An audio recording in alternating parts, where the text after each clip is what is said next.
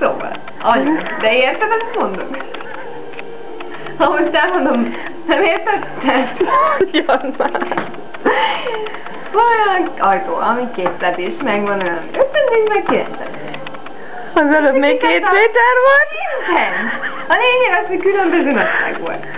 És erre anyu kicsapta a balhét, hogy miért lehet csak 210 centis ajtót kapni, vagy 90-eset, vagy nem tudom hányasok már. Közben 20 éve olyan ajtóhoz jártam a küszöbsín, amit elvileg nem lehet kapni. És még ma is. Én is értem, amit ezt nem érteni. Kezd előről. Nem kezdem el, úgyse érted meg. De szóval kezdjed előről. Az a lényeg, hogy anyút kicsapta a balhét. Igen, hogy nem lehet de nem az a lényeg ajtót kapni az ajtajára, mert nincs olyan ajtó, ami beférne, vagy jó lenne oda a kinyitóérhez. De akkor már mondtam neki, hogy hogy ne lenne olyan ajtó, amikor csinálnak különböző méterű közös sínt, már 20 éve, akkor de biztos, hogy lehet kapni olyan ajtót. De hogy ez nagyon az nem jutott eszébe, hogy közben 25 éve ezeket a szarokat gyártja. De most ez közé kamerázod.